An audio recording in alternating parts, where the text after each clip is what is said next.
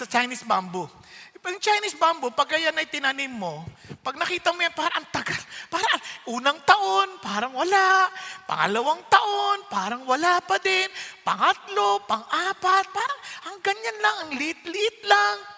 Pero pagdating ng ikalimang taon, maya-maya magugulat ka.